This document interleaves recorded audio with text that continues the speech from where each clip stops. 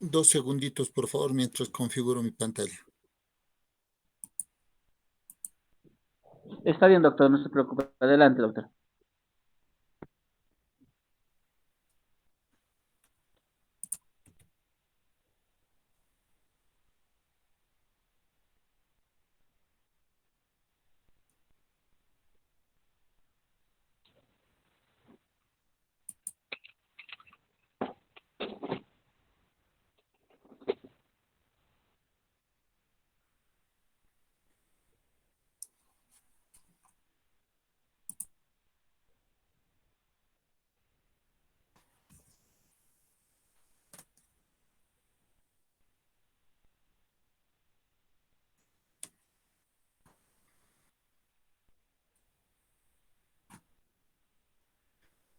Bueno, tengan ustedes muy buenas noches. Les habla Gonzalo Escamaita Salazar, abogado de profesión, docente en varias universidades. Bueno, la mayoría de ustedes creo que ya me conocen.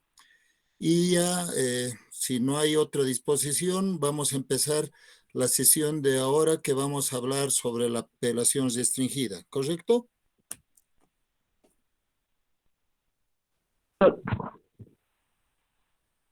Bien, en el entendido de que la pantalla se ve y vamos a hacer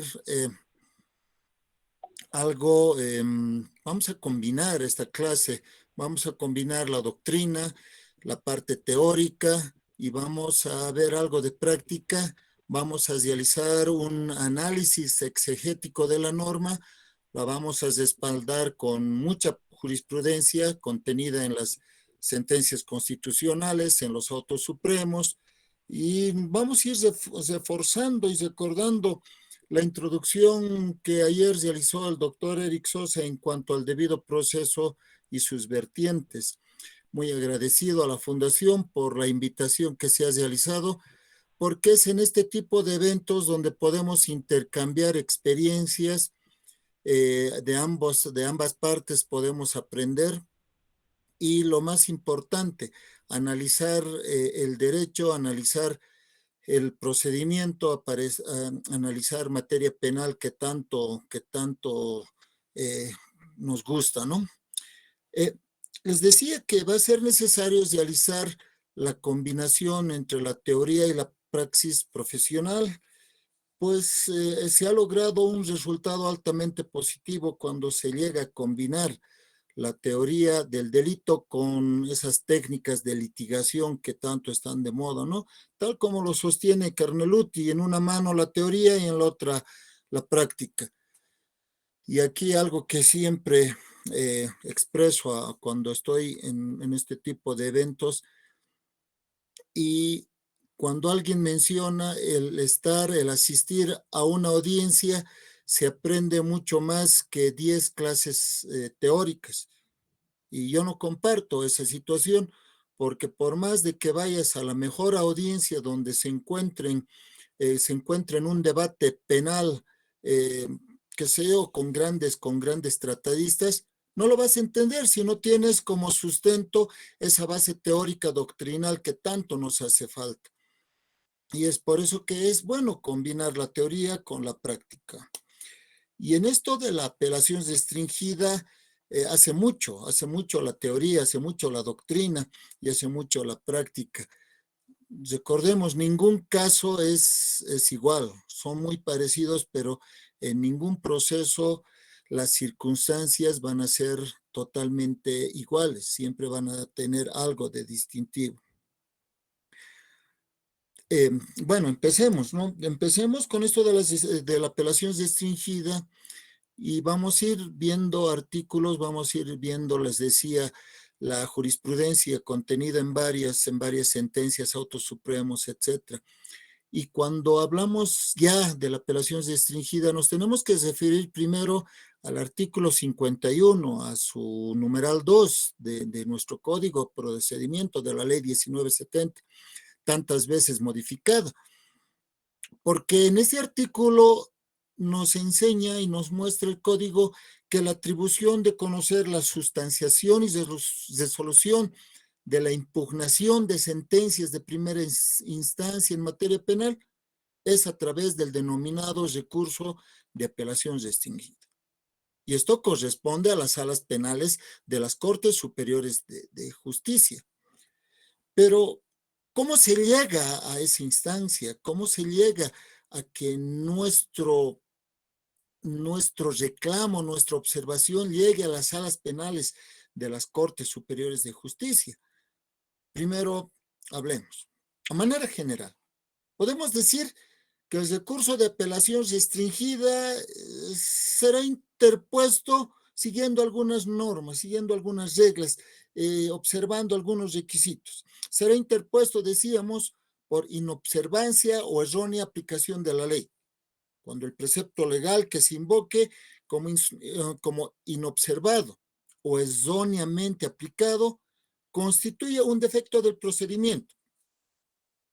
Además, dice norma general, que el recurso será admisible si es que el interesado ha reclamado oportunamente su saneamiento o por lo menos ha efectuado su reserva de recurrir.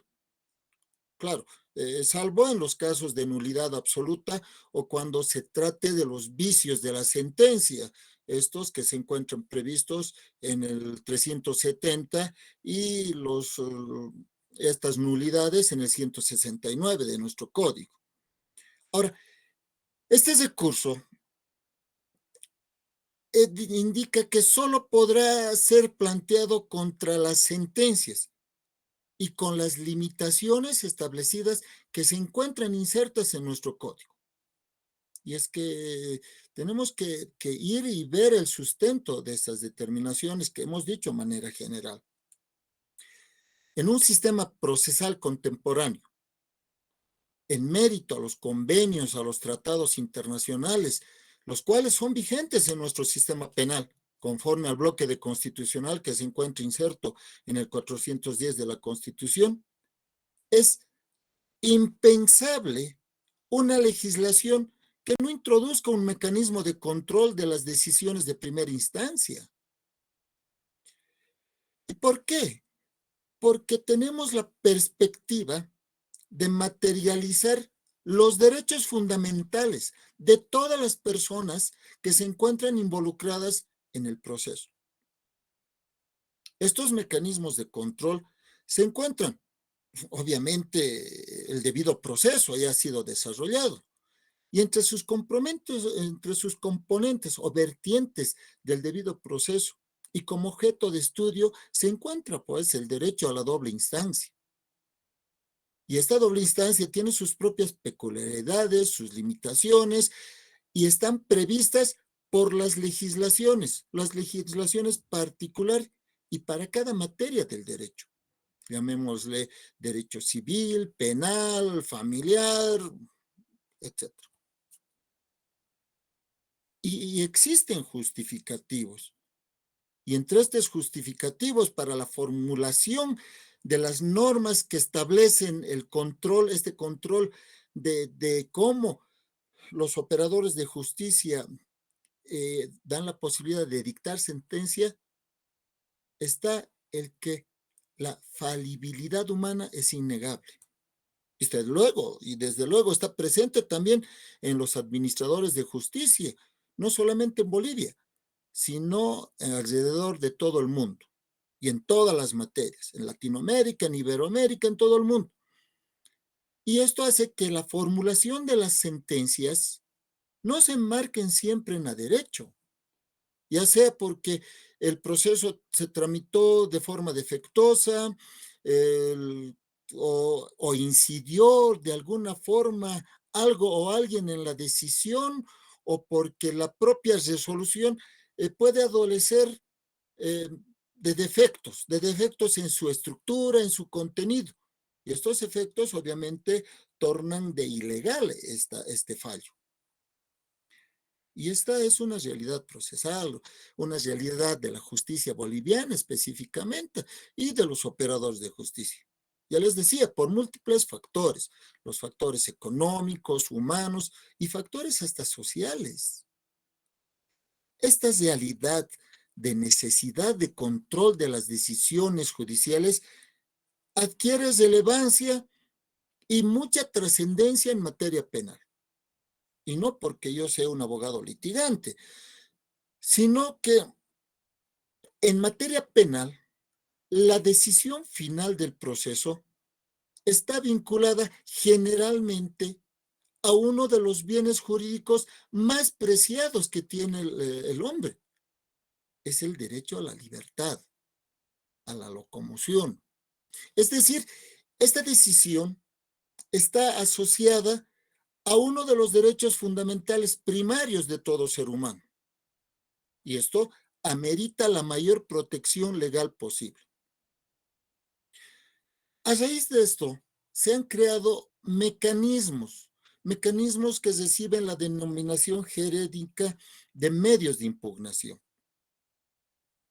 Estos medios de impugnación los regula cada código adjetivo, también llamados recursos. Por esta vez, medios de impugnación y recursos los vamos a considerar sinónimos. Y les decía que esto está regulado por cada código de procedimiento, cada código adjetivo en los distintos sistemas penales. Y además este código adjetivo asigna la naturaleza de ese recurso, cuáles son los alcances, cuáles son los fines y específicamente si tienen procedimientos propios y específicos. Ahora, recordemos a Couture.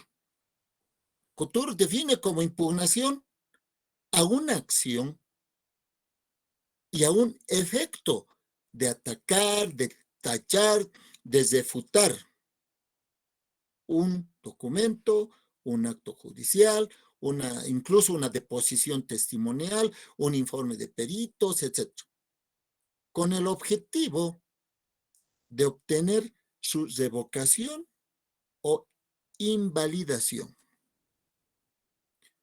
Ya yendo un poco más allá, en materia procesal penal, ya existen definiciones y conceptos mucho más precisos. La impugnación es el poder y actividad de las partes del proceso y, excepcionalmente, de terceros, dice la doctrina, que quiere conseguir la revocación, la sustitución o la modificación de un acto concreto de procedimiento, porque este acto está considerado incorrecto o defectuoso. Este acto produce agravios en atención a una supuesta injusticia o a la anormalidad en su cumplimiento. El poder, para poder, valga la redundancia, hacer esto, corresponderá al sujeto legitimado para tal efecto. Y esta actividad, dice la doctrina, se traducirá en la interposición de recursos o en la deducción de revocatorias, rescisiones o incluso nulidades. Davis Echenda, otro gran doctrinario, la petición formulada por una de las partes principales o secundarias para que el mismo juez que ha emitido una providencia la revise por parte de su superior, con el fin de que los errores de juicio, injudicando, o los errores de procedimiento, improcedendo, que en ella se hayan producido, puedan ser corregidos. Es más o menos el concepto que nos da Davis Echandi. ¿Y por qué tenemos que saber estos conceptos? ¿Por qué tenemos que recordar estos conceptos? Porque estos mismos conceptos son base fundamental para poder analizar y poder interponer un recurso. Al interponer esta clase de acciones, la doctrina distingue, dice, entre errores improcedendo y errores injudicando. Los primeros errores, los improcedendo, se dan en la aplicación de la ley procesal, la cual impone una conducta al juez y a las partes en el desarrollo de todo el proceso.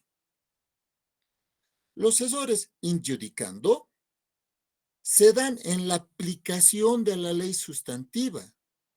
Esta ley que resuelve los conflictos que han sido sometidos a una decisión jurisdiccional. En otras palabras, el error improcedendo es un error de actividad procesual y que produce la nulidad del proceso. En tanto que el error injudicando es un error de juzgamiento. Si al plantear el recurso se denuncian errores procesales y errores sustanciales, corresponde entonces pues al Tribunal de Casación valorar los cargos que denoten esos errores improcedendo y en el supuesto de prosperar estos últimos, se hace innecesario examinar los posibles errores injudicando. Este es un razonamiento que se encuentra descrito en su integridad y con amplitud en la sentencia constitucional plurinacional, la 524 quebrado 2013 del 18 de junio. Porque también aquí es importante resaltar que existe consenso en la doctrina actual, en la doctrina general, porque cuando hablamos del derecho a recurrir, nos damos cuenta que tiene un límite, y este límite es el agravio.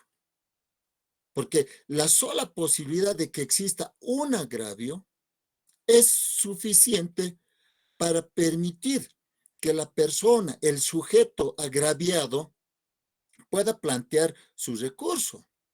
Así lo dice Alberto Binder. Porque, porque tenemos que tener en cuenta que en materia de recursos, dentro de un marco de política procesal, es trascendente, es imperativo lograr el equilibrio entre la seguridad jurídica, la economía procesal y la celeridad procesal. Decíamos que Binder indica que los recursos, o mejor dicho, plantea que a través de los recursos se cumple el llamado principio de control del sistema penal y que tiene que lograr tres grandes objetivos, que está sustentado con tres grandes pilares. El control de la sociedad, porque tiene que haber una publicidad del proceso.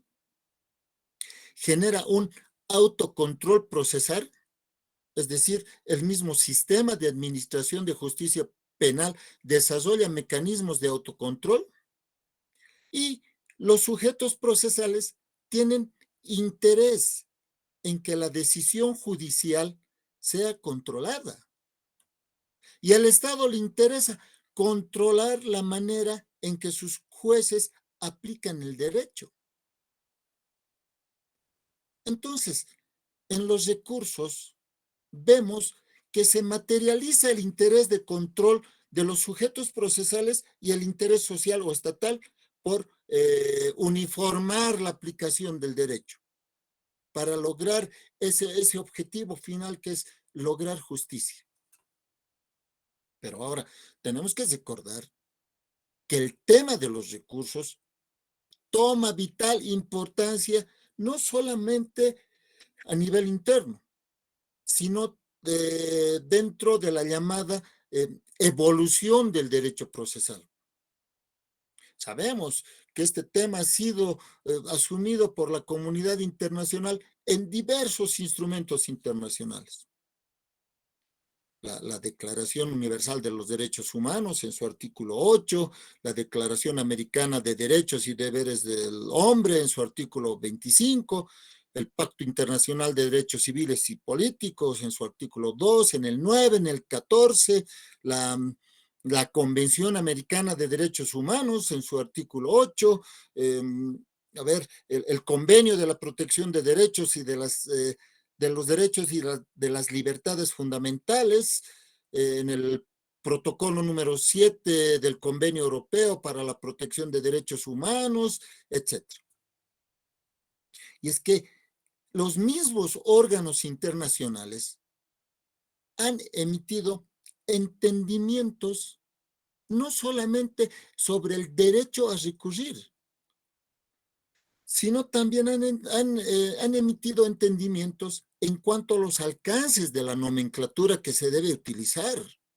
Por ejemplo, ¿qué es el recurso adecuado? ¿Cuál es el recurso adecuado? En sentido en que la función de esos recursos dentro del derecho interno sea idónea para proteger la situación jurídica que ha sido infringida. Obviamente, este recurso tiene que ser establecido a favor del imputado. También se le permite proteger al imputado sus derechos mediante una nueva oportunidad para ejercer su defensa, indica. Esta revisión que hacemos ahora tiene por objeto, primero, saber del por qué se puede controlar el fallo como un resultado racional de un juicio justo. Porque este fallo tiene que ser, pues, conforme a ley. Tiene que cumplir y respetar los preceptos de garantía y de la aplicación correcta, que es la ley penal. Nos habla también estos organismos internacionales de la eficacia de los recursos. Ellos establecen que un recurso debe ser, además, eficaz, dicen. Es decir, este recurso tiene que ser capaz de producir el resultado para el que ha sido concebido. Entonces, les decíamos, hablábamos, que existe uniformidad en la doctrina en cuanto a que si bien a partir de estos instrumentos internacionales mencionados y otro, la regla general es que todas las resoluciones son recurribles. La ley puede establecer excepciones sin que esto signifique vulnerar estos instrumentos internacionales citados. Sin embargo, el derecho a recurrir se configura en la actualidad como el derecho a recurrir según las formas establecidas por la ley. En eso se resume todo. Entonces, si seguimos hablando y analizando que existe la uniformidad en la doctrina en cuanto a lo que son los recursos, podemos considerar que es un principal componente del derecho a la tutela judicial efectiva. Y esto no puede ser rechazado por defectos formales subsanables, digamos, cuando presentamos nuestro recurso y el juzgado o el tribunal de alzada no los puede rechazar porque falta un defecto formal, subsanable. Porque esto mismo, este aspecto, ha sido desarrollado también no solamente por la jurisprudencia internacional, sino también por la jurisprudencia constitucional nacional. Se ha vinculado al principio pro actium, porque afirma que este derecho, además, es el principio pro actione, es la garantía de la tutela jurisdiccional eficaz, entendido en el sentido más amplio.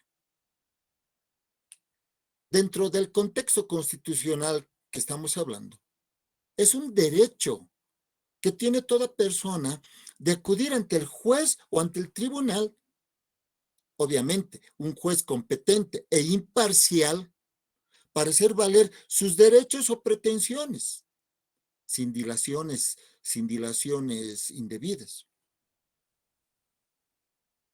Decíamos que este principio proctónico tiende a garantizar a toda persona el acceso de los recursos y medios impugnativos. Se tiene que desechar todo rigorismo o formalismo excesivo. ¿Por qué? porque se quiere obtener un pronunciamiento judicial sobre las pretensiones o agravios invocados. Estos razonamientos se encuentran contenidos en la sentencia constitucional 1044 quebrado 2003 del 22 de julio del 2003. Es una sentencia fundadora de esta línea jurisprudencial y ha sido respaldada por otras sentencias constitucionales. La 1075 quebrado 2003, Autos Supremos 99 quebrado 2003 del 27 de noviembre, el 71 del 2004, el 93 del 2004.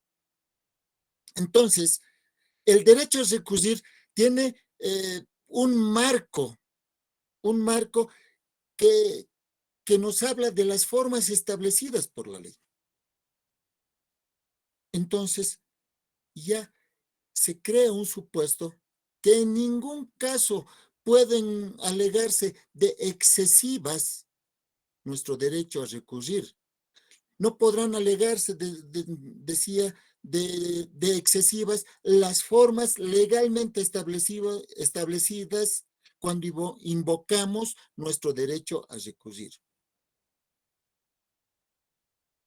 Con estos antecedentes, ya podemos hablar que el recurso de apelación restringida como un mecanismo de impugnación de sentencias de primera instancia, respetando los límites, alcances y los requisitos que la norma impone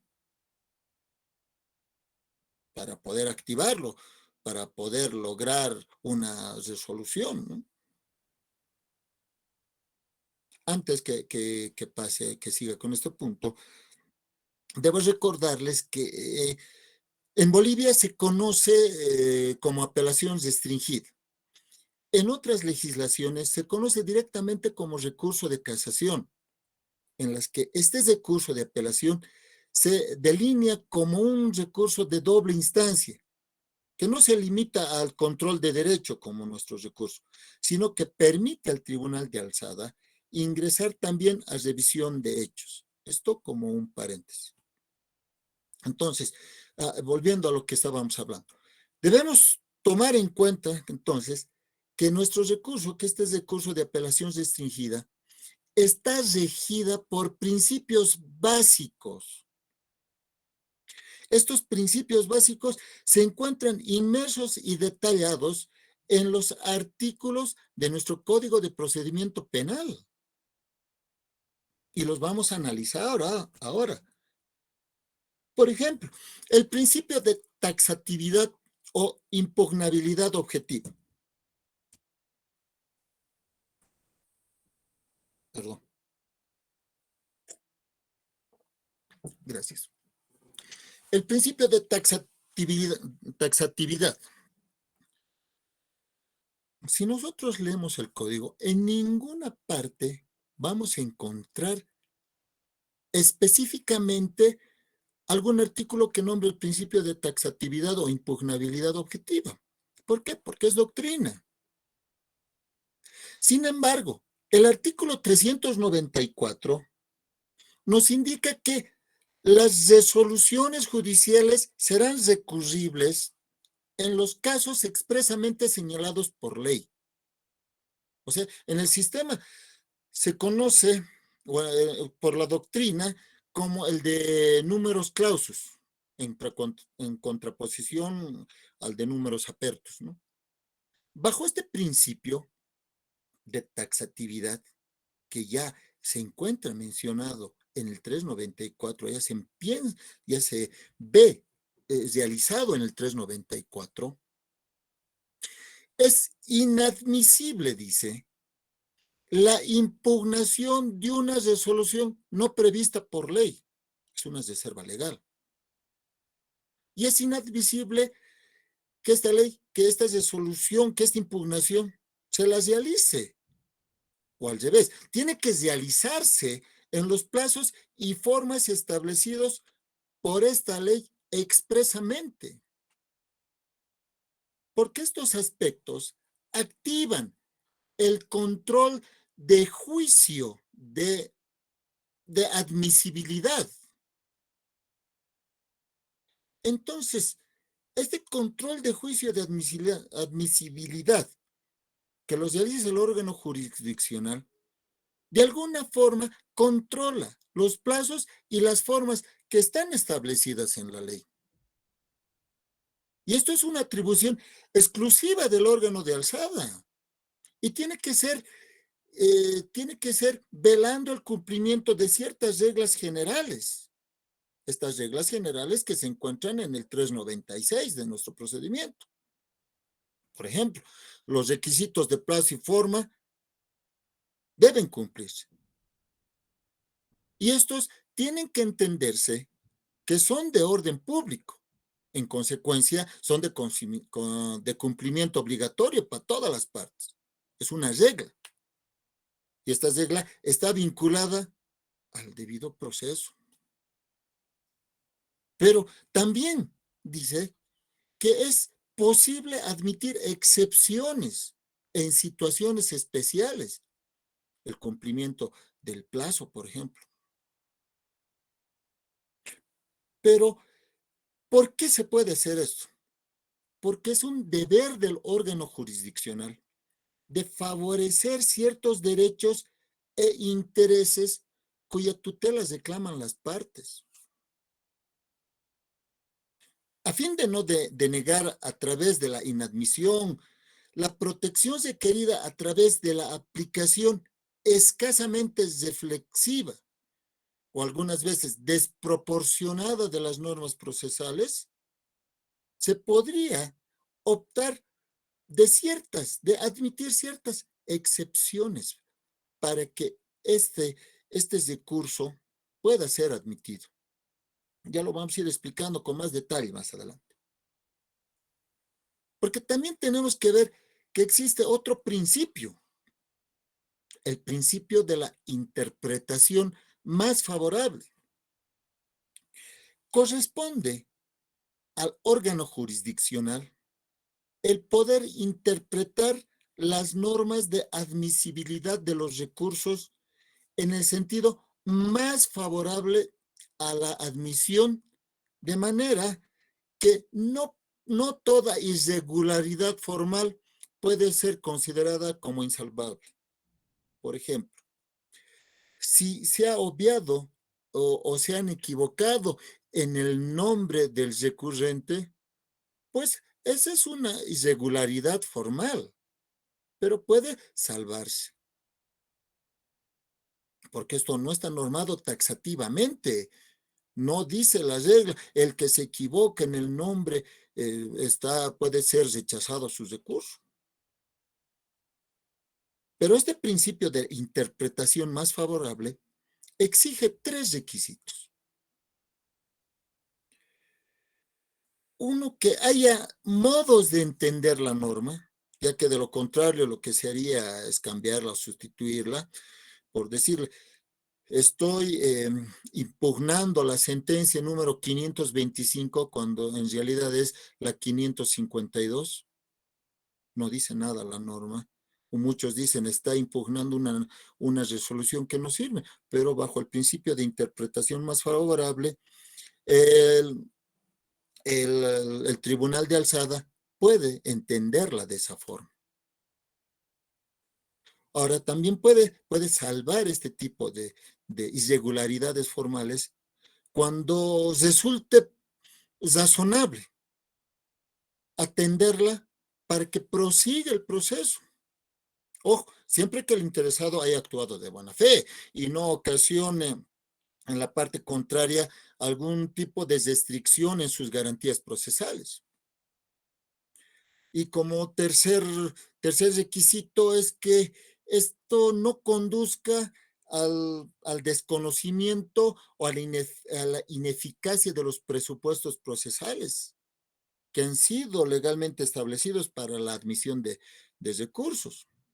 Es decir, no se puede dejar al arbitrio de las partes la forma de su cumplimiento, porque existen reglas para poder presentar un recurso, más aún las reglas del recurso de apelación restringida. También tenemos que recordar el principio de proporcionalidad. Y este principio nos habla de los defectos determinantes, pueden interpretarse con criterios de proporcionalidad que tengan en cuenta los efectos de la inobservancia de las reglas impuestas en la ley. No se pueden eh, interponer interpretaciones rigorísticas que no corresponden en absoluto a la finalidad de las exigencias de los requisitos. Se tiene que cumplir este requisito sí o sí, si no, este recurso no va. Habría que ver el principio de proporcionalidad. Si es que no cumplimos ciertos requisitos, ¿qué tan cierto es de que nos pueden aceptar nuestro recurso?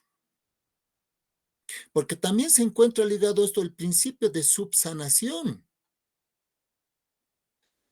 Porque eso consiste en que si se va a rechazar un recurso defectuosamente preparado o interpuesto, no podrá dictarse ese rechazo sin dar antes una ocasión de la subsanación.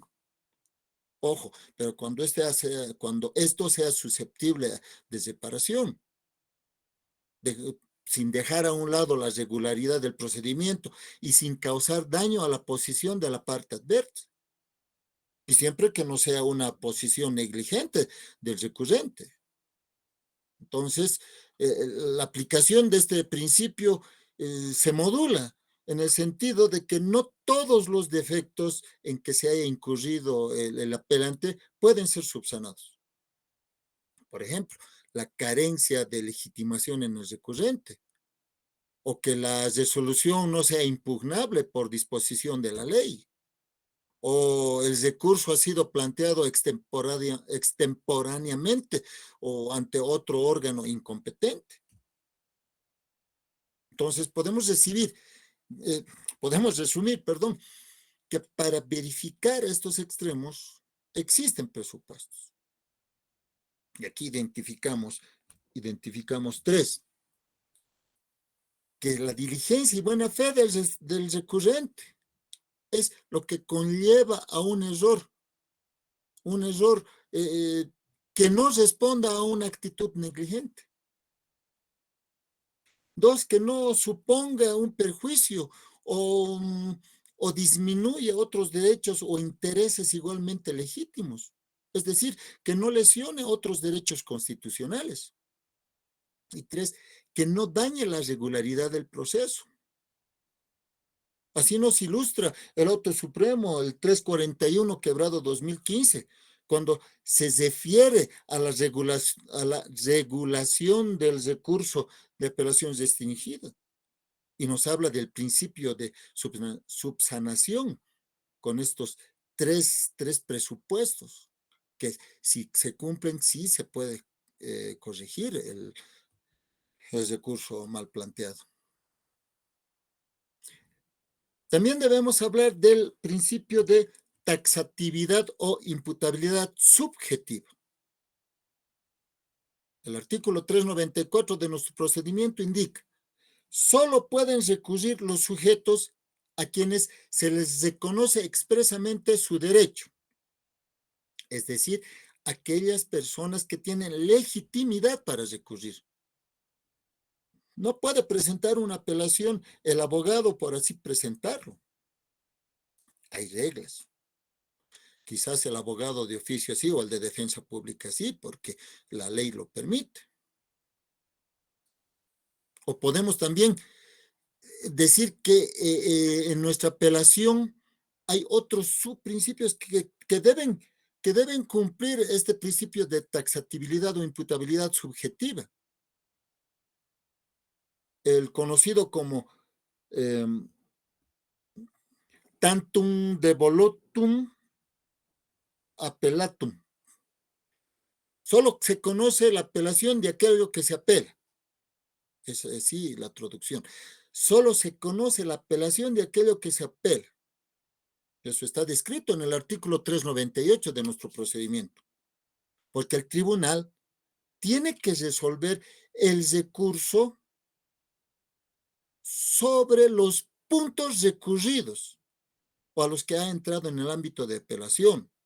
El artículo 398 específicamente dice, los tribunales de alzada circunscribirán sus resoluciones a los aspectos cuestionados de la resolución. No puede ir ni más, no puede ir ni menos, solamente a los aspectos cuestionados. Y este artículo, el 398, está respaldado por el Auto Supremo 41-2016. Este Auto Supremo que nos orienta cuando dice que el Tribunal de Alzada debe dar respuesta fundamentada a todos y cada uno de los agravios denunciados por el apelante. La sentencia constitucional plurinacional, la 1226, quebrado 16 del 7 de noviembre, identifica, nos indica y nos dice respaldando que los tribunales de alzada únicamente deben resolver y pronunciarse sobre los agravios expresados en la apelación. No puede ir ni más, ni puede ir ni menos. Ultra petita, no puede ir ni ultra petita.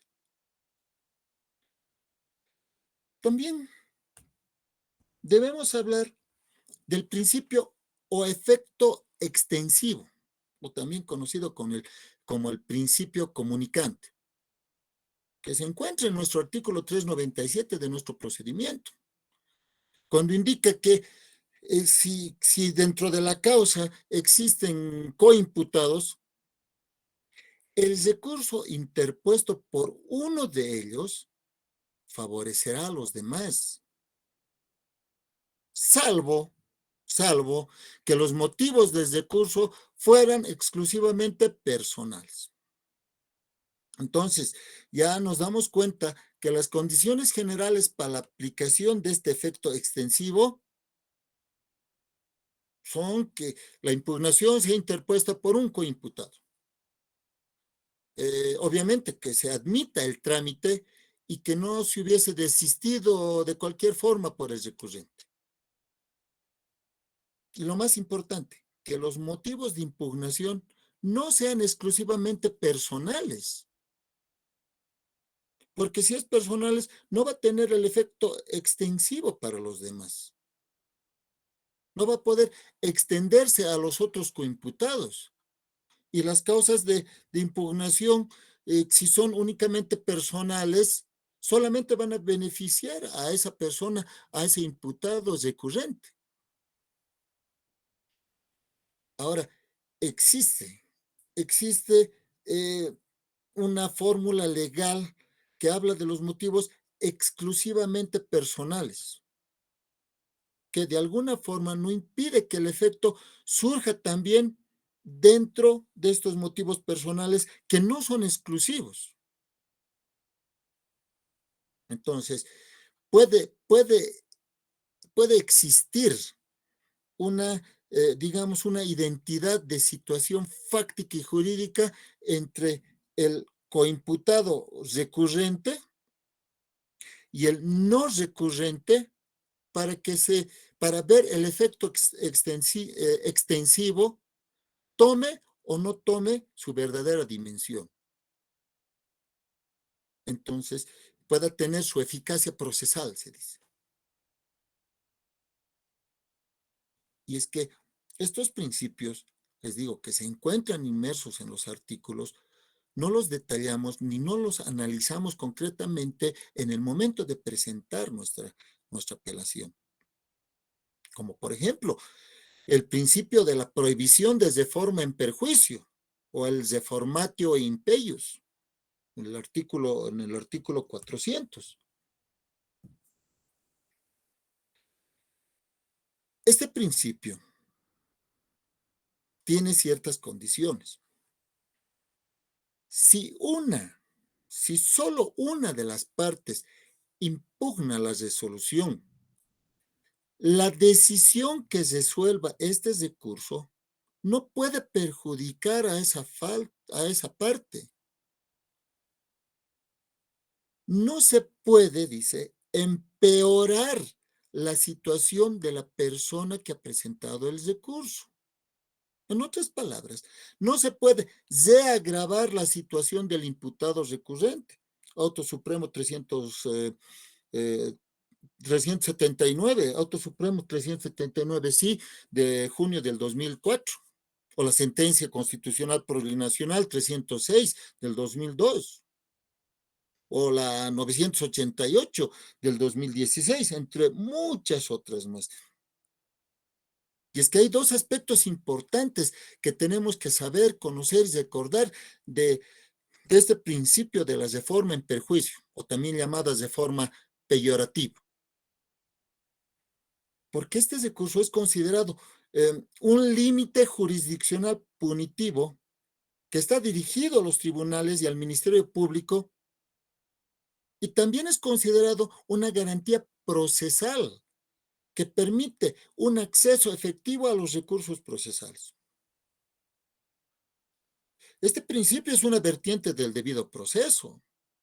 En otras palabras, también es reconocido constitucionalmente, porque recordemos que el debido proceso está reconocido constitucionalmente.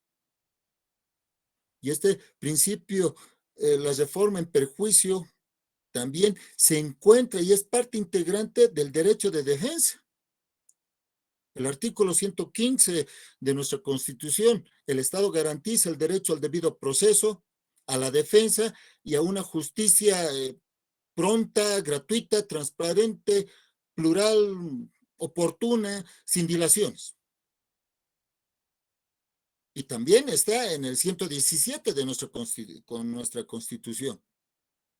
Ninguna persona puede ser condenada sin haber sido juzgada previamente en un debido proceso, sin haber sido oída y juzgada previamente en un debido proceso. Pues nadie puede sufrir la sanción penal que no haya sido impuesta por una autoridad judicial, complemento del 117. ¿Y por qué no hablar también del 119 de nuestra Constitución? Porque toda persona tiene derecho inviolable a la defensa. Así también lo ha establecido y lo ha reiterado el Tribunal Constitucional en la 1745, quebrado 2010. Porque en esa sentencia se conceptualiza la reforma imperios. Es una máxima derivada del principio de defensa y se traduce en la prohibición, así acá la tengo, se traduce en la prohibición de agravar la sanción, en que la administración pueda agravar la sanción, dice, revoque o modifique un acto recurrido. Entonces, está prohibido razonar de una forma diversa, porque eh, esto daría lugar a que los recurrentes no quisieran presentar el recurso de apelación por el miedo que puedan ser perjudicados mucho más. A ver, volvamos a Couture. Couture, cuando habla del principio de la reforma en perjuicio, él indica que es un principio negativo. Consiste fundamentalmente en una prohibición. No es posible reformar la sentencia apelada en perjuicio del único apelante. Único apelante. Entonces, podemos establecer que este principio puede estar también inmerso dentro del principio dispositivo que abarca el de congruencia, por el simple hecho de delimitar la competencia del tribunal de apelación. Entonces, cuando ya razonamos el ámbito doctrinal, este principio lo encontramos desarrollado en dos tesis fundamentales. Uno es la tesis del riesgo previsible libremente asumido. El imputado asume el riesgo de ver empeorada su situación ante, digamos, la anulación del juicio y la realización de uno nuevo.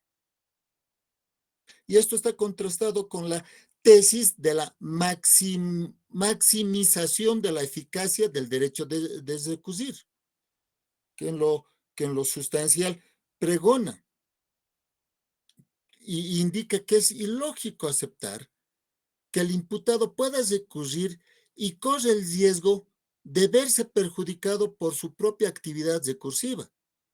En otras palabras, el imputado puede lograr la anulación de la condena en su contra, puede conseguir un nuevo juicio y paradójicamente ve empeorada su situación inicial, porque en el otro juicio le puede ir peor. El artículo 400 de nuestro procedimiento establece: cuando la resolución solo haya sido impugnada por el imputado o su defensor, no podrá ser modificada en su perjuicio. Ahí está la disposición legal. Esta disposición que nos establece que el Tribunal de Alzada no puede de ninguna forma agravar la situación jurídica del procesado. ¿Por qué? Porque su competencia se abre únicamente por la imposición del recurso de ese imputado. Esta disposición también nos garantiza al imputado la libertad y tranquilidad de recurrir y ejercer su derecho de impugnación. Derecho de impugnación reconocido por el 180 de la Constitución Política del Estado. Nos habla, se garantiza el principio de impugnación en todos los procesos judiciales, nos dice ese artículo. Entonces, este principio de prohibición de reformatium peius se haya también establecido en el Código de Procedimiento Penal, en el 413. Cuando el recurso haya sido interpuesto solo por el imputado, ojo, estoy remarcando varias veces eso, cuando el recurso haya sido interpuesto solo por el imputado en su favor, en el juicio de reenvío, dice este artículo, no se podrá imponer una sanción más gravosa que la sanción que se ha impuesto en esa sentencia que es impugnado. Entonces, ¿esto qué implica? Que en nuestro país normativamente se asume la tesis de la maximización de la eficacia del derecho al recurso. Actuar de manera contraria a esta norma va en contra de la filosofía política del Estado social y democrático de derecho, del Estado constitucional de derecho, o como ya vamos avanzando, del Estado constitucional convencional de derecho. Porque esto está orientado a garantizar el acceso a la administración de justicia en su componente del debido proceso, en el debido proceso, en su componente el derecho a la impugnación, que ya lo hemos mencionado, que es un artículo constitucional. Ahora bien, de todo lo de que hemos hablado de este principio del non reformatium peius, ya podemos decir que se precisan dos requisitos. Uno, que se haya interpuesto el recurso o que el juicio de desenvío sea consecuencia de la presentación de este recurso y que el imputado sea el único que hubiera ejercido su derecho de impugnación. Es decir, que la parte acusadora no haya ejercido ese derecho.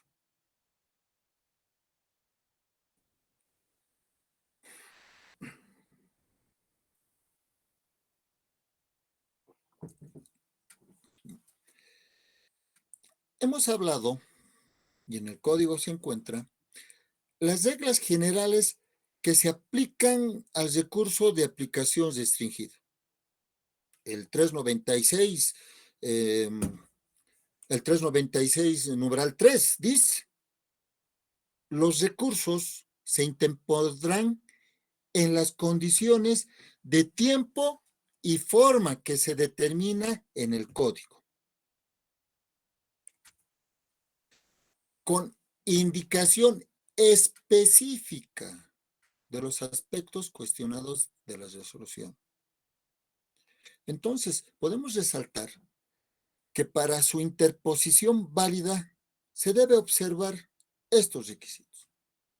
El plazo respectivo, que es improrrogable y perentorio, el que está determinado por horas o por días, según el recurso, indica la doctrina, ¿no? En nuestro objeto de estudio es de 15 días conforme al 408. Se debe cumplir, dice, las formalidades expresamente establecidas para cada uno de ellos, además de las formalidades específicas para cada recurso.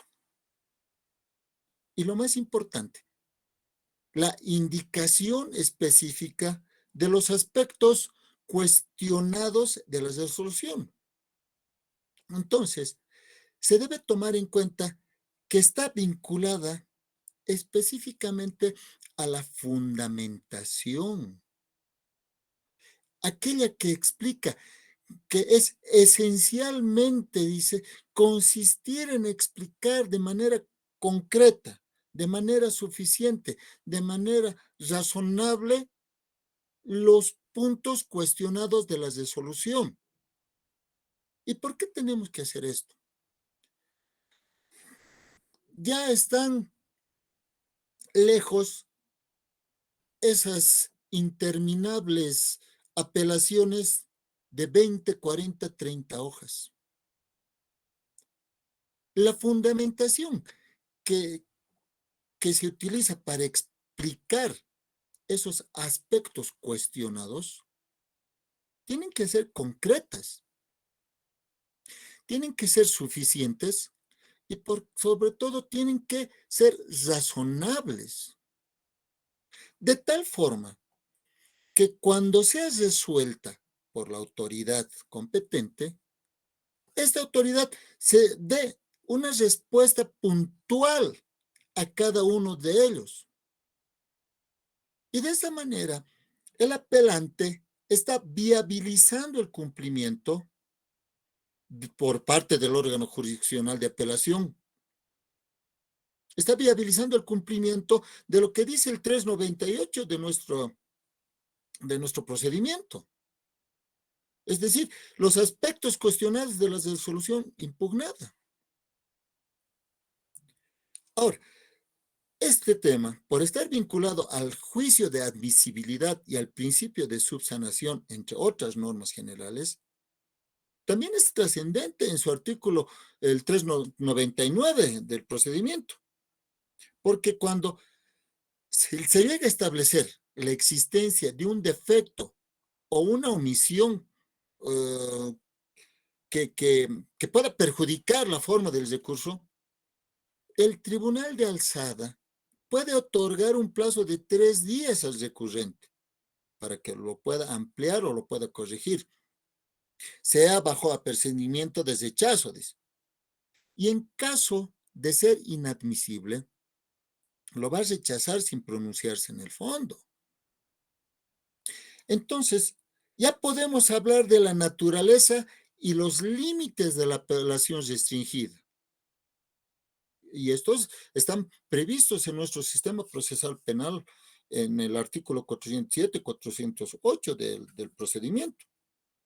Y además incorpora para los errores o los defectos de orden adjetivo el que se haya reclamado oportunamente estos defectos invocados y en su caso se haya formulado reserva de apelación, salvo que se trate de defectos absolutos o los defectos de la sentencia, los cuales están previstos en el 169 como defecto absoluto o el 370 como defectos de la sentencia. Y además dice que podemos presentar prueba en segunda instancia. Pero ojo, esta prueba es únicamente para acreditar defectos o errores de derecho adjetivo, bajo los lineamientos que nos habla la sentencia constitucional, la 513 del 2014 o la 268 del 2015. Es decir, que nos prohíbe la revalorización de la prueba en apelación restringida. No es presentar nueva prueba que pueda enervar alguno de los hechos, sino es una prueba que pueda, que dice, acreditar los defectos, errores de este derecho adjetivo al cual estamos reclamando. No pronuncien.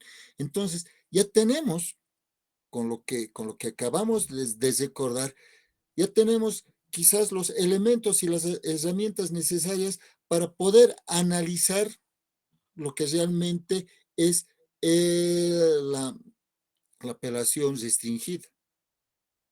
Entonces, ya analicemos el 407 y el 408 de nuestro Código de Procedimiento Penal, porque en estas normas se desarrolla de manera taxativa los requisitos de la formulación del recurso de apelación restringida.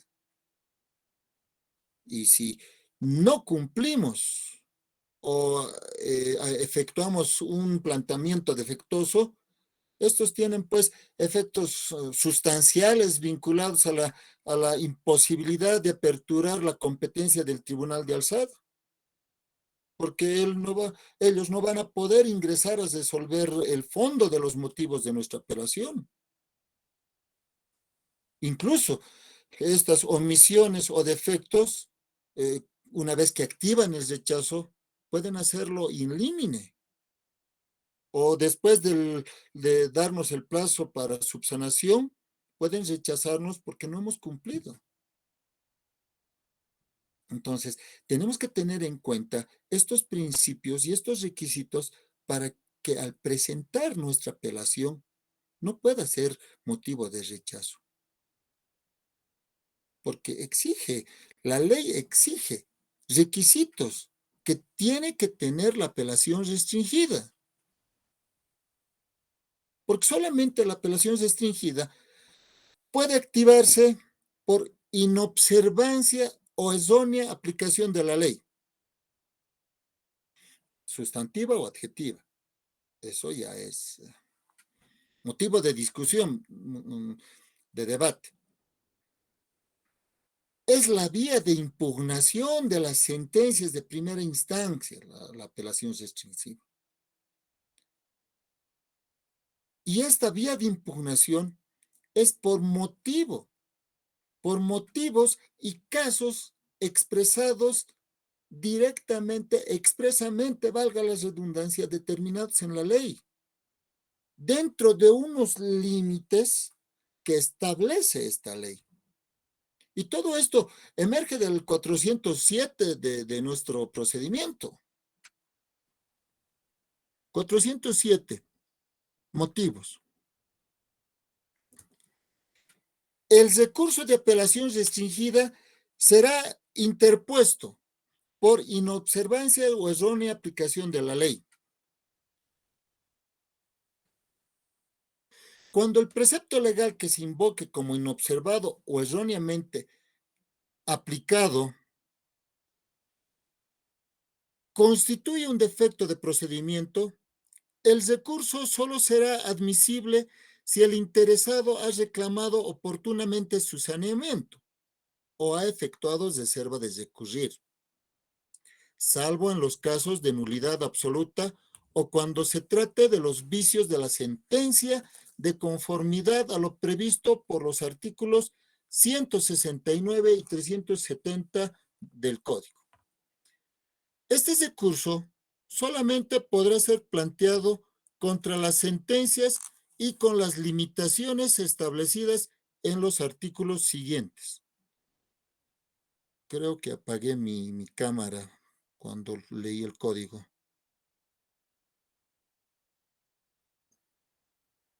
Espero que me sigan escuchando, ¿no es cierto?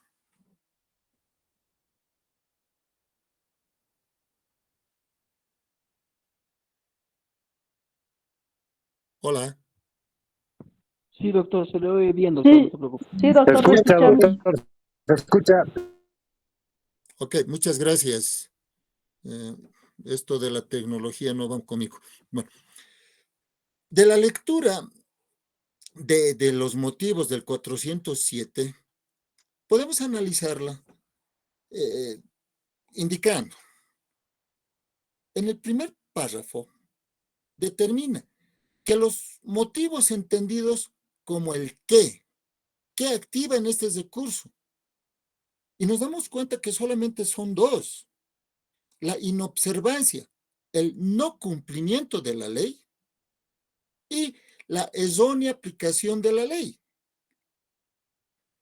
Entonces podemos deducir que abarca tanto la ley penal sustantiva como adjetiva, aunque les decía hace un momento que esto está en motivo de debate. Muchos dicen solamente habla de la ley sustantiva, estimado doctor, no habla de la adjetiva. Sin embargo, del análisis exegético de este artículo, se refiere a la ley, se refiere a una ley de manera genérica, no exclusiva a la de uno u otro ámbito. O sea, en consecuencia, como motivos genéricos de esta apelación restringida, podrán ser invocados únicamente esos dos aspectos establecidos en la norma y no otros.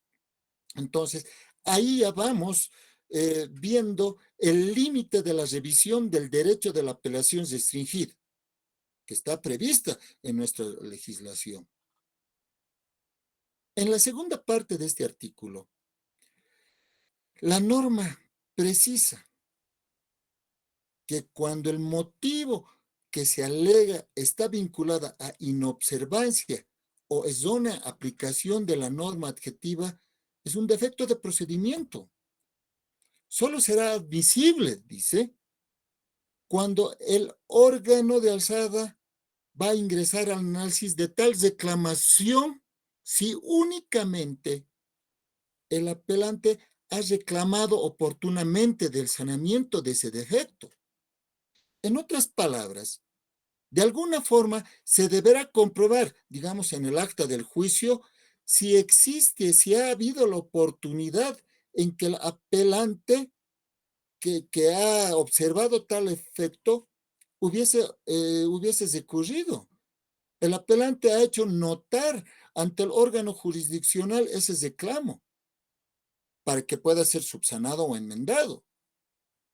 O si en el caso de que esa petición no hubiese recibido una respuesta positiva, si hubiese mantenido ese defecto, esa observación, el que ahora recurre hubiera hecho reserva de recurrir. O sea, se supone de la decisión negativa de saneamiento o enmienda, porque necesariamente debe exigirse que esa reserva de recurrir va a ser fundamentada, pero no debe fundamentarse en el momento de reclamar. ¿Qué función puede tener el fundamentar sus reclamos, su observación ante ese tribunal, ante ese juez? Si lo va a conocer el tribunal de alzada. Pero ese reclamo, esa decisión, esa petición a su derecho de recurrir, esa reserva de recurrir, tiene que constar en el acta para que pueda dar la posibilidad de una impugnación objetiva posterior. O sea, la comprobación de esta exigencia, de esta actividad de reclamo y reserva previas y oportunas, sirve de alguna forma para posibilitar la admisibilidad como motivo de apelación restringida, porque se trata de defectos improcedendo. Entonces, por mandato de la propia norma, admite esta determinación. Porque al momento de formular este juicio de admisibilidad en alzada, va a ser visto por este tribunal para que pueda o no pueda ser admisible esta apelación. Ahora, si los defectos se tratan a los presupuestos que se encuentran previstos en el 169 o en el 370 del procedimiento, es decir, los defectos de inobservancia o errónea aplicación de determinada norma procesal que puede invocar una apelación restringida. No es necesario, porque existen los defectos absolutos que se encuentran descritos en el 169. O tal vez se quiera apelar a alguno de los defectos de la sentencia que se encuentran catalogados en el 370, ambos del código de que se encuentran en nuestro código de procedimiento. Porque si se establece esta situación, ya eximen el requisito de la reclamación previa, esa reclamación previa y oportuna y de reserva del recurso.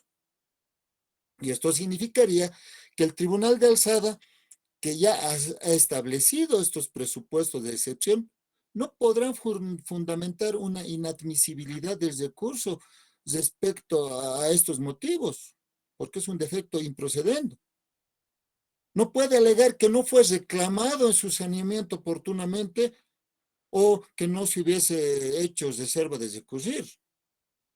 Entonces, si pasara esto, muchos autores, muchos abogados litigantes, en los hechos nos damos cuenta que de alguna forma esta norma nos limita la inadmisibilidad del recurso de apelación restringido por estos defectos procesales, por incumplimientos de requisitos expresos previstos en ley.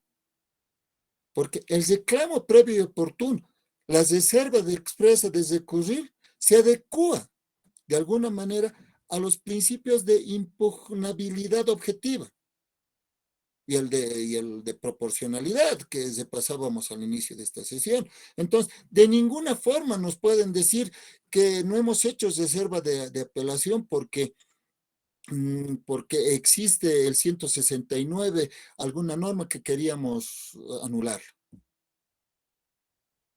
No exige eso la norma. Pero es necesario y con la finalidad, digamos, de lograr un equilibrio con los principios de oficiosidad y lo que nos dice el 398 del procedimiento, es nomás que el recurrente asuma un papel activo en el desarrollo de todo el juicio oral público y contradictorio, para que pueda lograr la admisibilidad de todos y cada uno de los motivos que cree que están vulnerando el debido proceso y puedan ser usados en su recurso. Porque si se trata de los defectos improcedendo, tanto el cumplimiento de las reglas o en su caso, la concurrencia de las circunstancias que hacen a la activación de la excepción de cumplimiento a estas, es decir, el caso completo del defecto que se invoca, si se reclama oportunamente su saneamiento y se hizo la reserva de recurrir y consta eso en los antecedentes, pues tiene un buen respaldo para poder realizar esa apelación restringida, porque va a poder identificar fundadamente cuál es el defecto absoluto para justificar, digamos, el incumplimiento de la regla que puede limitar la admisibilidad contenida en ese recurso para que éste sea admitido. En otras palabras, el recurrente debe preparar, por más de que no vea en un futuro cercano la posibilidad de una apelación, debe estar preparado para poder de alguna forma reclamar algunos aspectos que pueden que pueden considerarse vulneratorios a su derecho. Guardar el silencio al respecto se puede considerar desidia o impericia incluso del que va a ser apelante. Pero les digo, cada abogado tiene su forma de poder tratar su teoría del caso, indica. Porque la teoría del caso no solamente es pues la teoría fáctica, la teoría jurídica y la teoría probatoria. sino también tiene que incluirse una teoría, una teoría, eh, una teoría del delito, digamos. Porque si no se cumplen algunos elementos constitutivos del tipo penal, si no se cumplen algunos elementos de la teoría del delito que no encuadran a su teoría de juicio, entonces sí podría también estar preparándose para una apelación restringida. Y esta apelación restringida tiene que cumplir esos requisitos para que en un futuro próximo y tal vez probable no se vea sorprendido porque no ha hecho la reserva de apelación.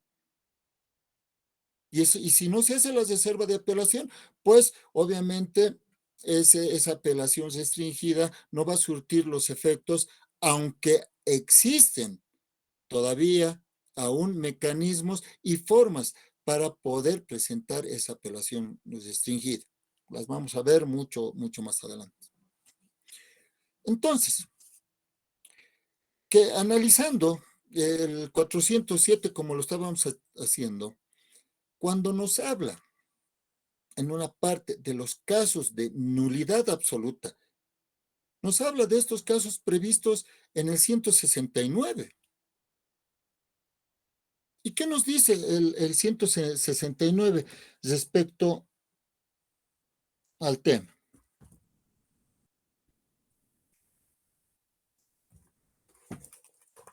Ya. El 169 nos habla de los defectos absolutos.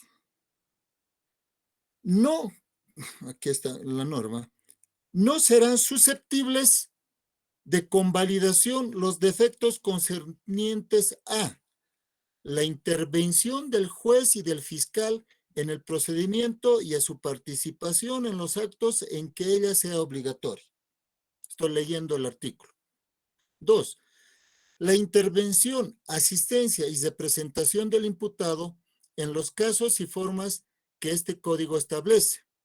Y 3. Los que implica inobservancia o violación de derechos y garantías previstos en la Constitución, la Convención y tratados internacionales vigentes y en este código. Entonces, con esto, con la lectura de este artículo, nuevamente nos tenemos que remitir al bloque de constitucionalidad descrito en la Constitución. Pues no solo se habla de vulnerar las leyes internas, sino también cuando se ha vulnerado de alguna forma las convencionales, las que forman esos tratados que forman parte de nuestra normativa legal vigente.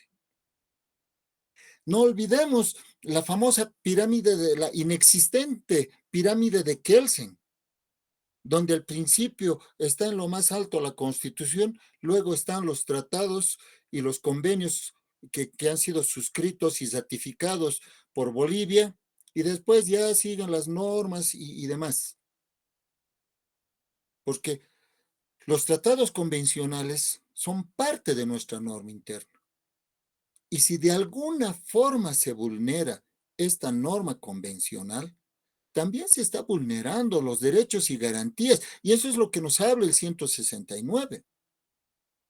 Entonces, en el momento de sustentar nuestra apelación, también tenemos y debemos nombrar qué normas se están vulnerando, porque no es solamente nuestras leyes internas, sino también se están vulnerando parte de las normas convencionales a las que estamos suscritas. Se están vulnerando las vertientes del debido proceso, o se está vulnerando el debido proceso en sí. No olvidemos las 17 vertientes del debido proceso, aunque en algunos tratados mencionan menos, otras que mencionan más, pero también hay sentencias constitucionales eh, que definen y nos hablan de estas vertientes. Ahora también el artículo nos habla aquellas normas o aquellos actos que estén expresamente sancionados con nulidad.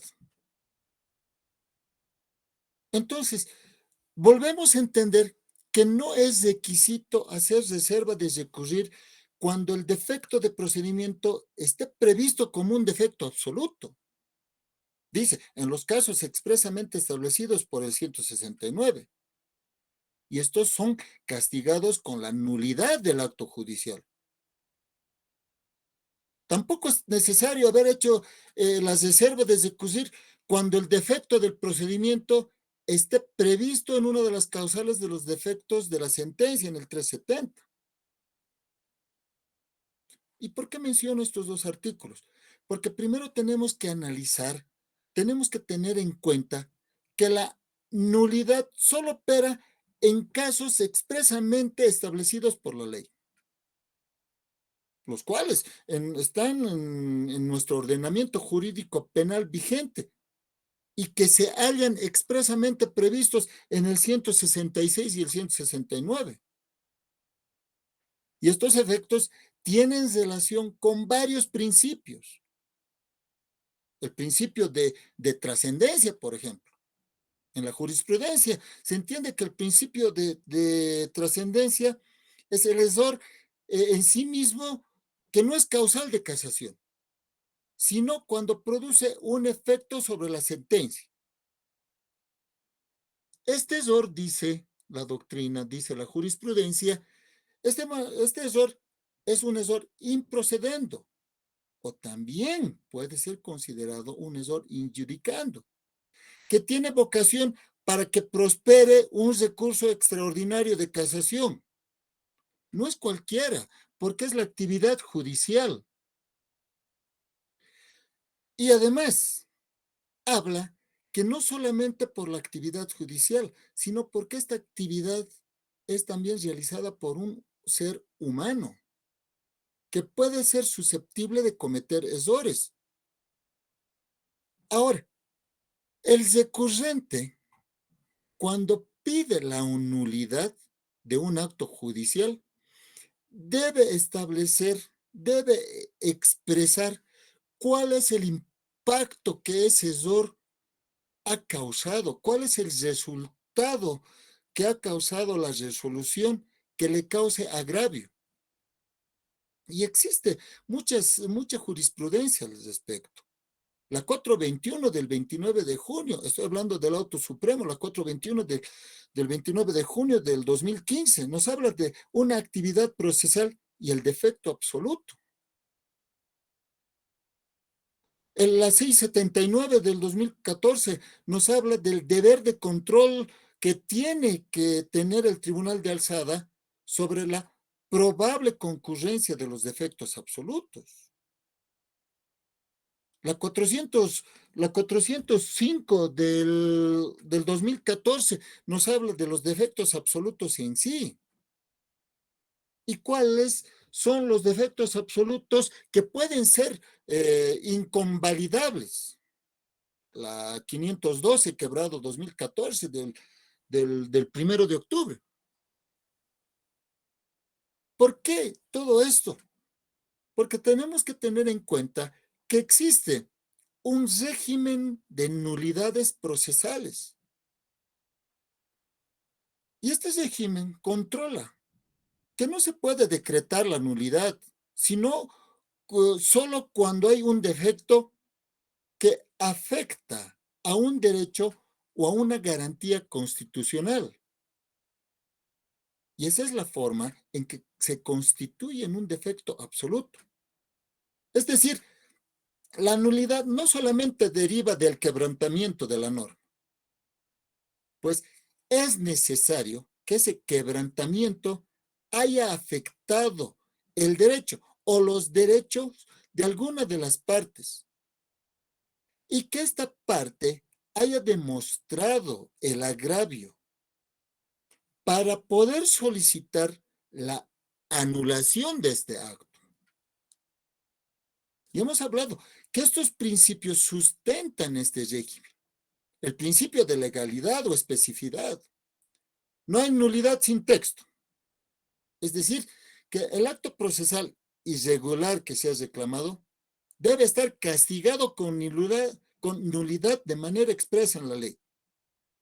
Si no está señalado en la ley de manera expresa que esto debe ser sancionado con nulidad, pues no puede ser nulidad.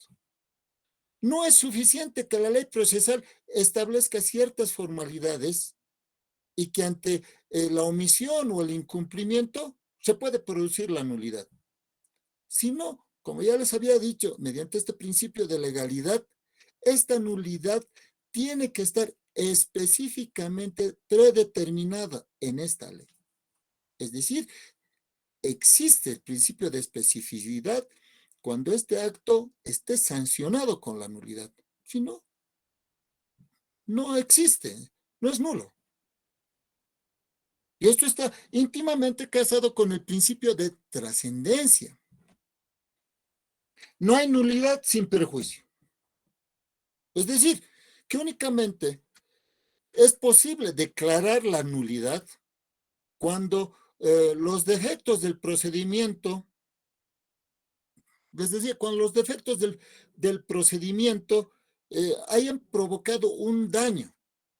Pero este daño tiene que ser de tal magnitud que dejen en indefensión material a las partes.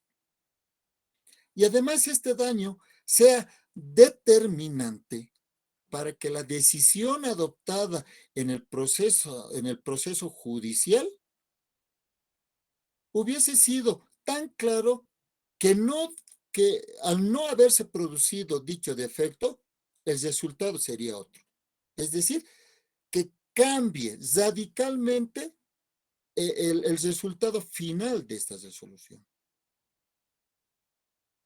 También, el artículo 69 nos indica que para que opere la nulidad, quien la solicite debe alegar el perjuicio, debe señalar el daño y debe señalarlo en forma clara.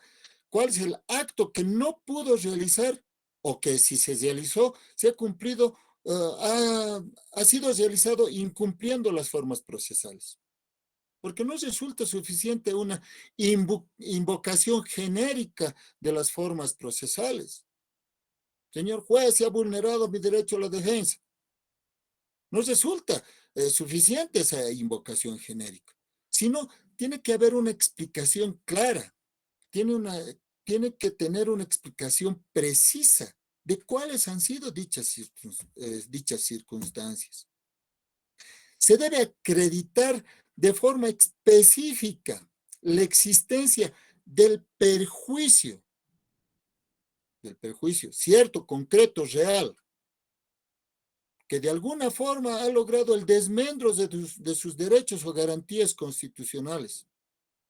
Y se tiene que demostrar que la única forma de enmendar el error es por medio de la declaratoria de nulidad, no hay otra. No se puede enmendar ese error si es que ese acto que ha causado ese desmedro del derecho a la garantía tiene que anularse. Y además, y esto que muchos operadores de justicia lo manejan, debe existir el interés jurídico en la subsanación. Es decir, quien solicita la nulidad debe explicar el por qué la solicita. Porque el argumento que realiza el impetrante, el solicitante, es el que permite al juzgador establecer el ámbito de su pronunciamiento.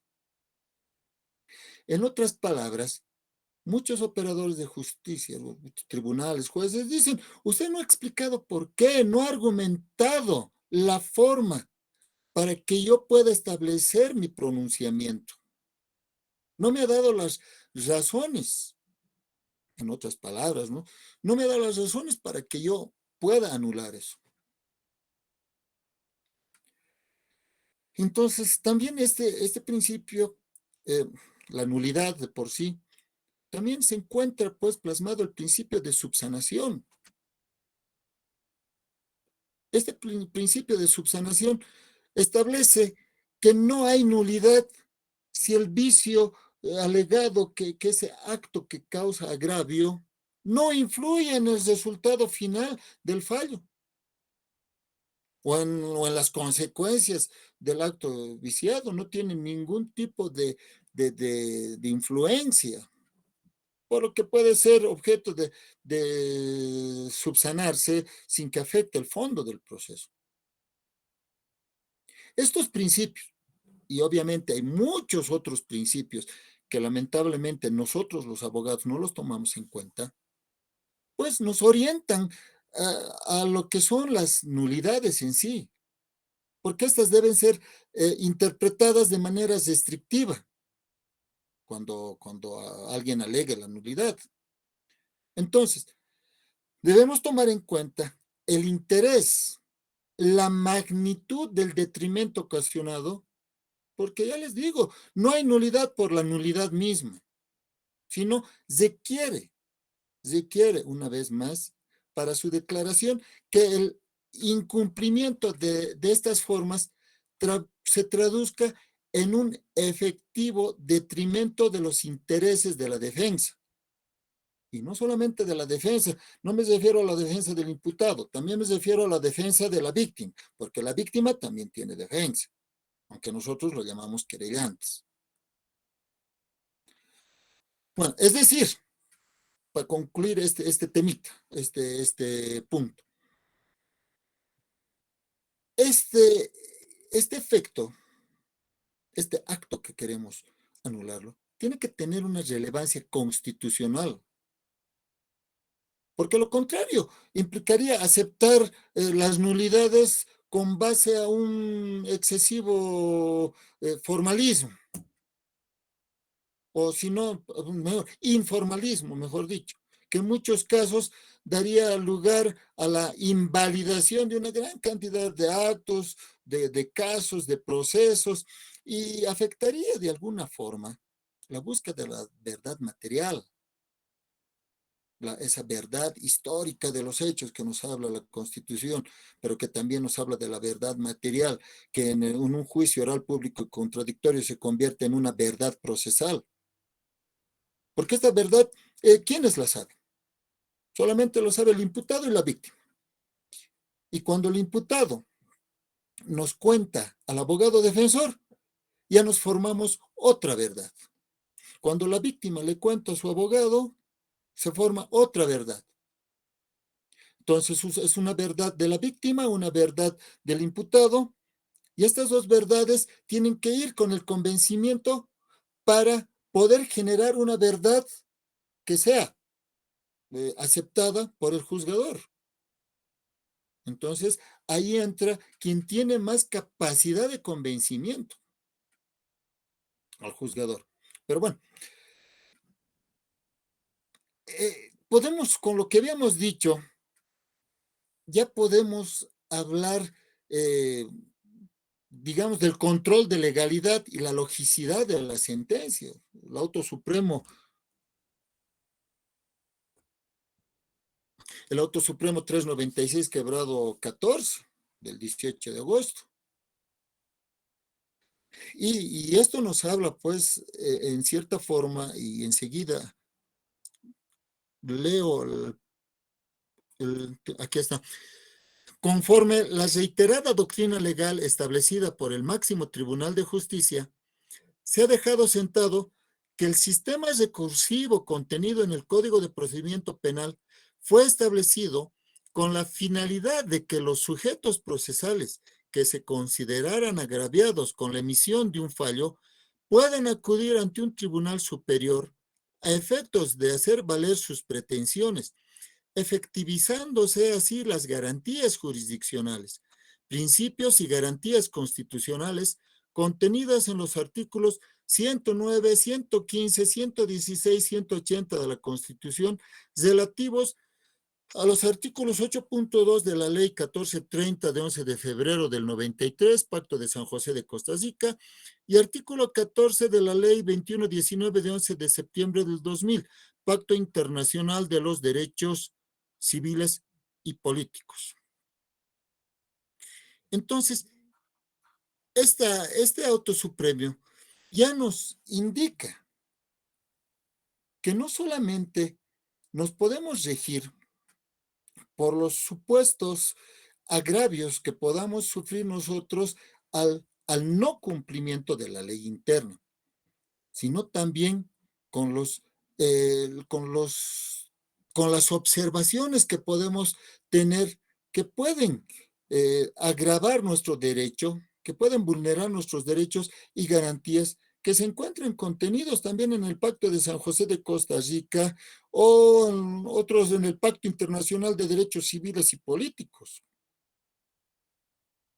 Y estos no necesariamente, en realidad, no necesitan una reserva de apelación, porque también son defectos absolutos que pueden ser considerados con el 169. Esta es la interpretación que podemos sacar de este punto. Ahora, no sé si sigo sigo en tiempo. Los defectos de la sentencia que nos habla el 407, cuando se refiere al artículo 370, debemos manejarlos en el sentido de que el 370 nos da una serie de requisitos que debe cumplir la sentencia para que pueda ser considerada legal. Son 11 presupuestos y por efectos de tiempo vamos a ir avanzando algunos.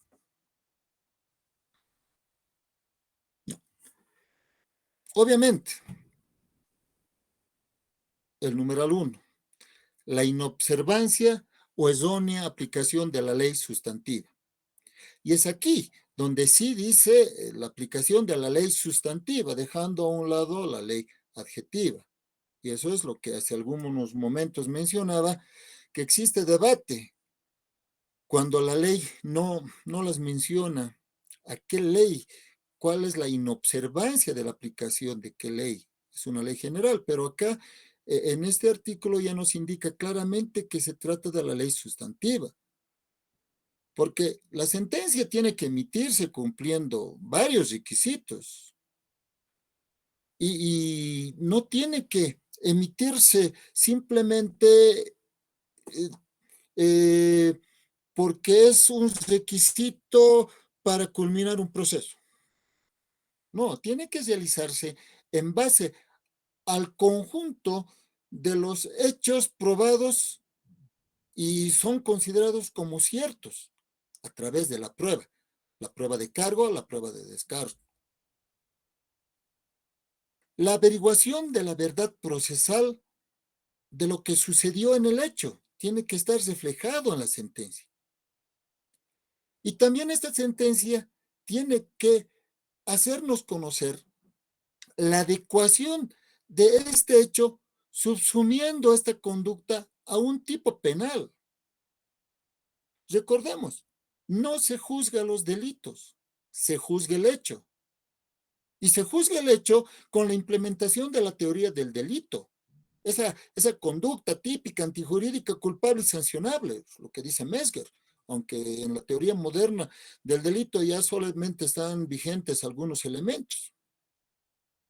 Y en este requisito es donde el juzgador puede cometer errores de apreciación, por ejemplo, subsumiendo el hecho a un tipo penal que no corresponde, es decir, aplica un tipo penal olvidando la existencia de otro o la inexistencia del hecho que puede ser considerado típico.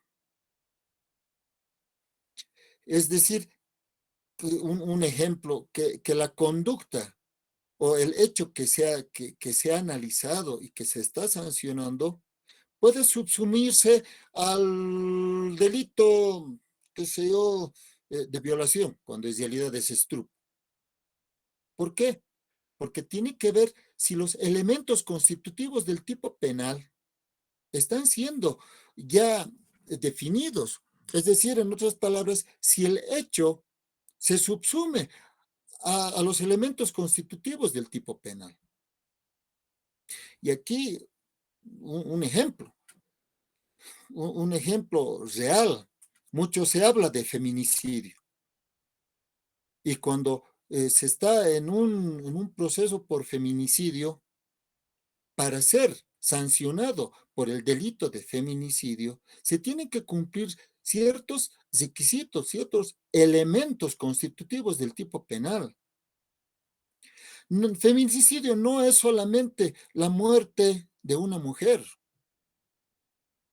Tiene que ser la muerte de una mujer cumpliendo ciertos requisitos, que si mal no recuerdo son 7 o 9 requisitos, algunos de esos requisitos. Que el autor haya sido su concubino o haya tenido una relación o la persona esté en un estado que pueda someterse eh, a este tipo de situaciones. Pero si viene una persona extraña y lamentablemente esa persona extraña acaba con la vida de una mujer y no tiene ningún tipo de relación, pues señores, no es feminicidio. Puede ser asesinato, puede ser homicidio, homicidio culposo, puede ser cualquier cosa, pero que no es feminicidio, porque les reitero, feminicidio tiene que cumplir los requisitos, los elementos constitutivos del tipo penal, se llama en doctrina, para ser considerado ese tipo.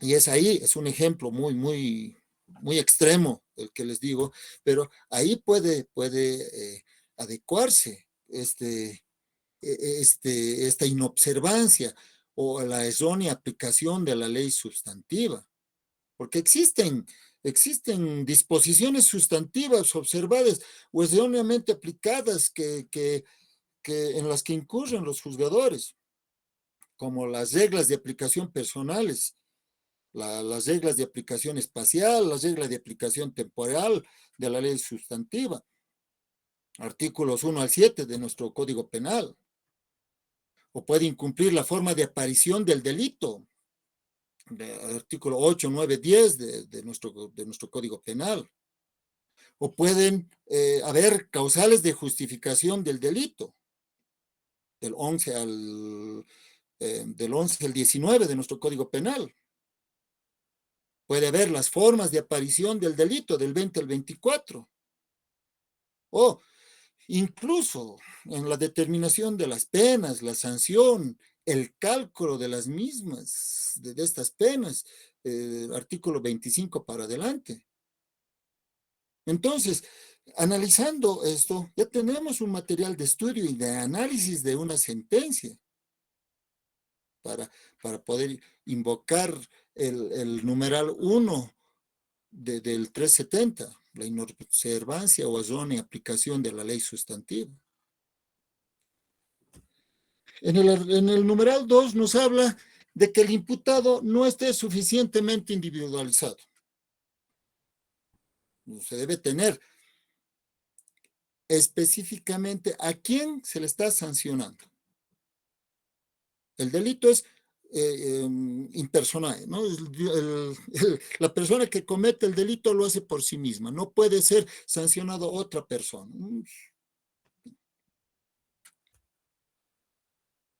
El numeral 3, que falte la enunciación del hecho objeto del juicio o una determinación circunstanciada. Y es claro, ¿no? En la sentencia se debe distinguir claramente la relación circunstanciada de los hechos, no solamente la relación de los hechos, no es la relación misma. Se debe rápidamente detectar en la sola lectura de la sentencia el cómo, el cuándo y el dónde, porque el quién se lo ha determinado en el numeral anterior. Y aquí debe primar, pues, el principio de congruencia.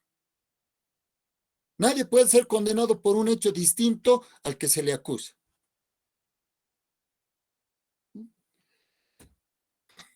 A grandes rasgos les estoy mencionando estos numerales. El artículo 4 es el que se hace en los medios probatorios, los medios o elementos probatorios no incorporados legalmente al juicio. O dice, o incorporados por su lectura.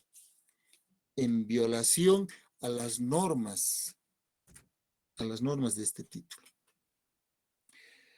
Los artículos 340, 349 y siguientes son el sustento para que se cumpla este requisito. Los medios de prueba, los elementos probatorios, deben ser ofrecidos en su oportunidad. Una vez ofrecidos en su oportunidad, recordemos, deben ser incorporados en el momento procesal oportuno. Y además, se debe respetar la forma de introducir la prueba en el juicio oral, público y contradictorio. Y el 333 nos habla la forma en que se debe introducir a través de la lectura. Y no se debe de ninguna manera incorporar por su lectura cuando se viola este precepto, tratando de introducir prueba, leyendo o incumpliendo las normas del código. Entonces, estos elementos, quizás tan sencillos de leerlos y de analizarlos, son los que más se incumplen y son los que, bueno, en base a alguna experiencia que he tenido, son los que más son objeto de apelación. Porque los elementos probatorios no se han incorporado legalmente al juicio. Se han incorporado de alguna otra forma. Y ahí pongo a consideración de ustedes algo que ha ocurrido y que ocurre frecuentemente. Cuando la parte acusadora ofrece sus elementos de prueba, sus medios probatorios, especialmente aquellos literales, los hace en sobrecerrado. Y este sobrecerrado incluso lo lacran. Cuando se le notifica al imputado con la acusación y éste quiere ver la forma de enervar o la forma de desvirtuar la prueba ofrecida por contrario, se encuentra con que esa prueba no está libre. O sea, libre en el sentido de que no puede verla esa prueba. Porque uno de los principios, el de contradicción, indica claramente que puede contradecir todos los elementos probatorios. Y si las literales se encuentran en un sobre, la pregunta aquí va, ¿se estaría vulnerando el principio de contradicción? Y eso a manera de comentario, porque en un juicio que tuve, en el cual se presentaron las literales de esa forma, se pidió la exclusión probatoria, de acuerdo al 272, no se ha cumplido el artículo 13. Pero la otra parte argumentó que la libertad probatoria es amplia. El resultado ni les cuento, porque se ha resuelto de otra manera. Bueno, entonces existe los principios que deben respetarse. Los principios de inmediación, los principios de publicidad y los principios de oralidad. Que si no se respetan, si no se garantizan y se vulneran estos principios, entonces también se está logrando que el medio o elemento probatorio sea incorporado, quizá ilegalmente, al juicio. Porque ese tema que hasta ahora no es resuelto de presentar las literales en sobreseado, también, aparte de vulnerar el principio de contradicción, vulnera el principio de publicidad, el principio de igualdad. Pero les digo, es algo que tiene una resolución todavía pendiente. Bien, el número 5, el numeral 5 de este artículo, nos habla de que no exista fundamentación de la sentencia o que ésta sea insuficiente o contradictoria. Al respecto, podemos mencionar infinidad de sentencias constitucionales de otros supremos. porque sabemos que existen determinados parámetros o exigencias mínimas en el contenido de la fundamentación y la motivación de un fallo. En el entendido que fundamentación tiene un significado y motivación tiene otro significado. Estos parámetros se encuentran contenidas y desarrolladas en nuestra jurisprudencia, les decía. La 282 del 2020, del 3 de marzo, la 133 del 2020, del 29 de enero, la 116 del 2020, también del 29 de enero. Y también se encuentra establecido en el 180, parágrafo primero de nuestra Constitución, donde se establece que el debido proceso es un principio. Es un principio que garantiza que todo sujeto procesal materializando al existir, esa garantía, ese principio, al existir un procedimiento motivado y fundamentado. Entonces, las autoridades que ejercen jurisdicción a nombre del Estado deben manifestar por escrito los motivos de sus resoluciones, con la finalidad de, la finalidad de resguardar de alguna manera las decisiones arbitrarias. No resguarda, la manera de evitar de alguna manera las decisiones arbitrarias. Entonces, conociendo la fundamentación y la motivación de un fallo, uno ya tiene la seguridad jurídica del por qué la autoridad jurisdiccional ha tomado esa decisión. Bueno, y existen varios numerales más, como el numeral 6, que la sentencia se basa en hechos inexistentes o no acreditados, o en la valoración defectuosa de la prueba. Y bueno, les digo, son 11 requisitos que debemos estudiarlos, que debemos analizarlos. Existe bastante jurisprudencia al respecto, y lo más importante es aquel profesional abogado que está preparando una apelación restringida, la tiene que hacer con la debida anticipación, con el debido análisis, no solamente doctrinario, teórico, sino también jurídico, en base a la experiencia, a la praxis que tenga, lo que muchos llaman también viendo la razonabilidad de estas sentencias, ¿no? Lo que implica la sana crítica. Bien, con esto se ha cumplido el tiempo. Les agradezco muchísimo la atención. Es un tema de bastante debate, de bastante análisis, y dispuesto a sus preguntas.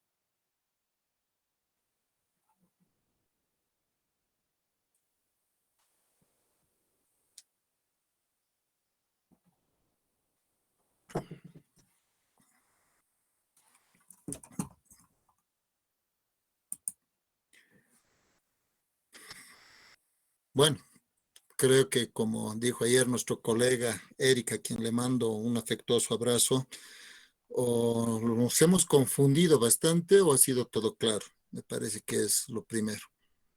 Una vez más, le agradezco a la Fundación por haberme convocado para poder intercambiar experiencias y, por sobre todo, realizar academia y haber ayudado un poco a recordar algunas reglas, algunos conceptos que estoy seguro que ustedes ya lo saben y que se olvidan en el tiempo. Muchísimas gracias y hasta pronto. Muchas gracias, doctor. Bueno, doctor, muchas gracias por su participación, y agradecemos también al doctor Sosa, que nos acompaña hoy igual en el seminario. Damos por concluido el curso de hoy. Muchas gracias, buenas noches. Un saludo, doctor Gonzalo Uzcamaita, un abrazo fraterno, muchas felicidades por su exposición, le agradezco mucho por haber tocado tan interesantes temas. Un abrazo y hasta la próxima oportunidad. Hasta pronto, Eric. Otro abrazo de vuelta. Hasta pronto, estimados colegas. Tengan buenas noches. Buenas noches. Muchas gracias, doctor. Buenas noches.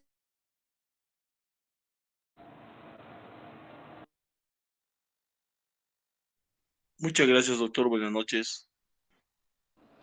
Buenas noches, doctor.